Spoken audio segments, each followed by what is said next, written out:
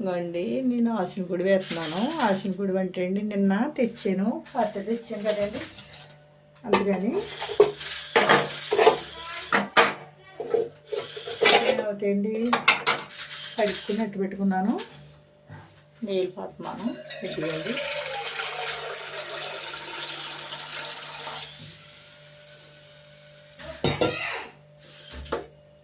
ఇవ్వండి గ్యాస్ అందించాను, నీళ్ళు కూడా పెడుతున్నానండి, పొయ్యి మీద పెట్టాను.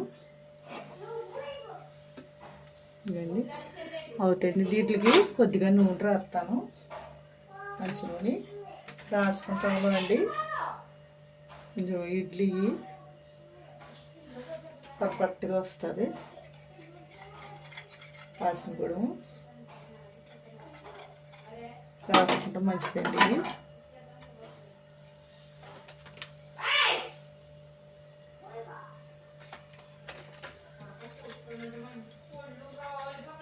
పిండి ఇప్పుడు రుబ్బుకున్నాను, అప్పటికప్పుడు బాగుంటుంది. రాసిన పొడి రుబ్బుకు ఉంచుకున్నా బాగుంటుందండి, అప్పటికప్పుడైనా బాగుంటుంది. నేను అయితే ఇప్పుడే రుబ్బానండి, గ్రైండర్ వేసాను, కట్ట కలుపుకుంటే గిన్నె పెట్టింది. నీళ్ళు మరగాలండి, అంతలోకి కొంచెం మరిగితే బాగుంటుంది.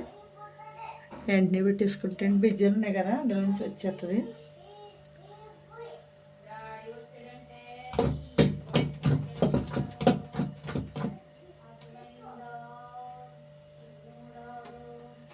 డేడికి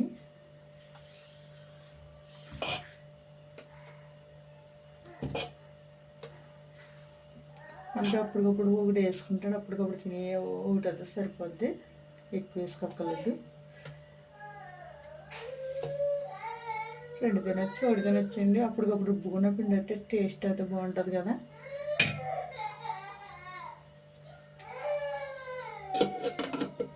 ఇంకా చిండి ఇలా పెట్టుకోవాలి అండి.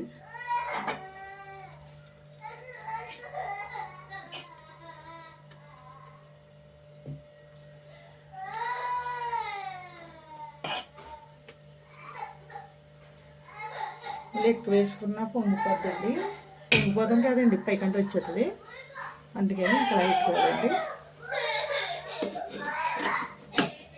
చూసండి ఇలా మూత పెట్టేసుకోవాలండి. ఇది వండుకుంటారు, వండుకోరని కాదండి, మీకు అలా పెట్టుకుంటారు. నూనె రాసుకుంటే మీకు ఇడ్లీ గమ్మును ఊడొస్తుందండి, అత్తుకోకుండా ఉంటుంది, గమ్మును ఉడుకుతుంది అండి.